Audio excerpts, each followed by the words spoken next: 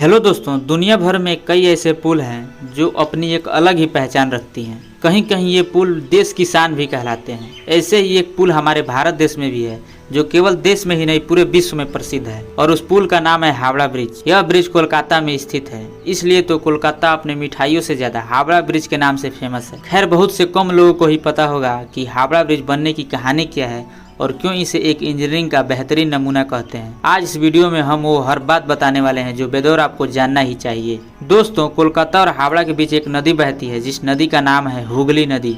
बता दें, एक ऐसा वक्त था जब कोलकाता और हावड़ा के बीच कोई पुल नहीं था। तो जब लोगों को कोलकाता से हावड़ा जाना होता था या हावड़ा से कोलकाता जाना होता था तो उस समय नाव ही एकमात्र जरिया था। सन 1871 में बंगाल सरकार द्वारा हावड़ा ब्रिज अधिनियम पारित होने के बाद सन 1874 में सर ब्रैडफोर्ड लेस्ली ने हुगली नदी पर लकड़ी के पुल का निर्माण कराया। इस पुल को बनाने में कुल 22 लाख रुपए खर्च आया था। इसके बाद जब 1906 में हावड़ा स्टेशन का निर्माण हुआ तो लोगों की आवाजाही दिन प्रतिदिन बढ़ने लगी। लोगों की बढ़ती जनसंख्या को देख बंगाल सरकार ने फ्लोटिंग ब्रिज यानी तैरता हुआ पुल बनाने का फैसला किया, लेकिन तब तक पहला विश्व युद्ध शुरू हो चुका था। इसकी वजह से काम शुरू नहीं हो पाया। इसके बाद सन 1922 में हावड़ा ब्रिज कमीशन का गठन जारी करने के कुछ साल बाद टेंडर जारी किया। तब जर्मनी के एक फर्म ने सबसे कम पैसे का टेंडर भरा था, लेकिन उसी समय जर्मनी और ग्रेट ब्रिटेन के आपसी संबंधों में तनाव होने के वजह से जर्मनी के इस कंपनी को इस पुल को बनाने का ठेका नहीं दिया गया।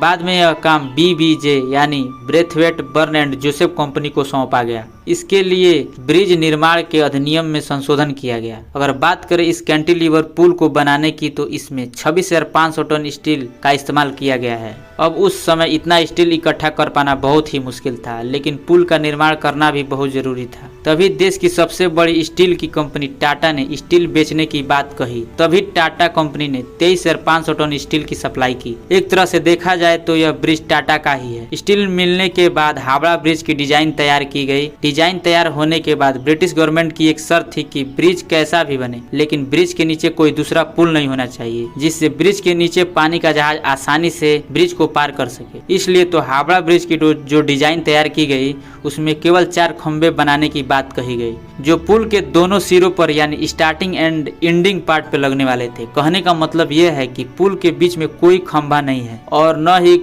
ब्रिज को तारों से लटकाया गया है। कोलकाता का यह हावड़ा ब्रिज सिर्फ और सिर्फ नदी के दोनों किनारों पर करीब 280 फीट की ऊंचाई पर दोनों पायों पर टिका हुआ है। इन दोनों पायों के बीच का डिस्टेंस 1500 फीट है, यानी नदी में ब्रिज के सपोर्ट के लिए कोई पाया नहीं है। यह पुल अपने आप में ही एक बहुत बड़ा अजूबा है, जो कि यह बिना खंबे का यह पुल करीब 1 सदी से खड़ा है। इसलिए इस पुल को इंजीनियरिंग का एक बेहतरीन नमूना कहते हैं। चौंका देने वाली बात यह है कि पुल के निर्माण में स्टील के प्लेटों को जोड़ने के लिए नट बोल्ट की बजाय धातु से बनी कील यानी रिवेट का प्रयोग किया गया है। फाइनली इतनी मेहनत करने के बाद सन 1942 में यह ब्रिज बनकर तैयार हो गया। कोलकाता और हावड़ा को जोड़ने वाला यह ब्रिज बनकर तैयार हुआ तो उस ब्रिज का नाम न्यू हावड़ा ब्रिज रखा गया। 14 जून 1965 को रविंद्रनाथ टैगोर के नाम पर इस ब्रिज का नाम बदल कर रविंद्र सेतु कर दिया गया, लेकिन इस ब्रिज को आज भी हावड़ा ब्रिज के नाम से जाना जाता है। दिलचस्प की बात यह है कि पूरी दुनिया में मशहूर और सैलानियों के आकर्षक का केंद्र रहे इस पुल का उद्घाटन कभी हुआ ही नहीं। इसकी वजह यह थी कि उस समय द्वितीय विश्व युद्ध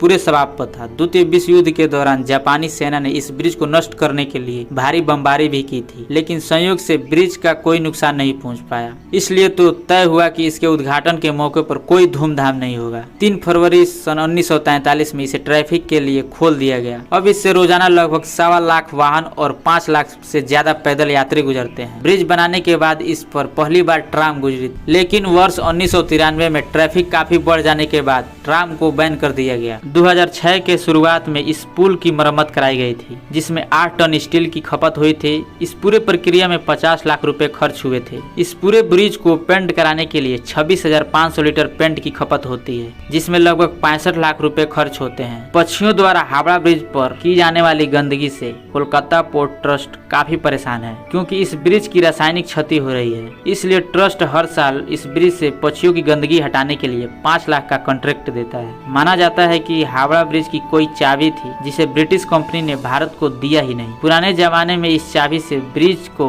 बड़े समुद्री जहाजों के लिए 2 भागों में खोला जाता था, लेकिन इस बात का भी कोई प्रमाण नहीं है। एक और मान्यता के अनुसार हावड़ा ब्रिज के एक इंजीनियर ने कहा था कि पुल 12 बजे नष्ट होगा। हालांकि उन्होंने तारीख या ये भी नहीं बताया कि दिन में 12 बजे या रात को 12 बजे नष्ट होगा। इसलिए हर दिन दोपहर के 12 बजे और रात को 12 बजे इस पुल को बंद कर दिया जाता है। खैर, इस बात की भी कोई आधिकारिक पुष्टि नहीं हुई है। इंजीनियरों का कहना है कि हावड़ा ब्रिज के खंभों को अब जंग लगने लगा है और इस जंग की वजह है पान। इस पुल से रोजाना लाखों लोग पान चबाते हुए गुजरते हैं और थूकते हुए निकल जाते हैं। इंजीनियर बताते हैं कि जिन खंभों पर पुल टिका है उनमें से कुछ पुल की आधार की मोटाई तो पिछले 3 साल में आधी रह गई है। इसके अलावा 2005 में नदी से गुजरता हुआ एक कार्गो शिप इस पुल के नीचे से फंस जाने के कारण इस पुल की कुछ हद तक क्षति हुई। यह पुल अपने अस्तित्व को धीरे धीरे खोते जा रहा है, इसलिए हमारी जिम्मेदारी भी बनती है कि ऐसे धरोहरों को हम संभाल कर रखें। ये वीडियो आपको कैसा लगा, अपनी राय वीडियो के कमेंट बॉक्स में देना न भूलें। वीडियो अच्छा लगा हो तो वीडियो को लाइक करके चैनल को सब्सक्राइब जरूर कर लें। आज के लिए बस इतना ही। हम मिलते हैं किसी नए इंटरेस्टिंग वीडियो के साथ। तब तक के लिए जय हिंद, जय भारत।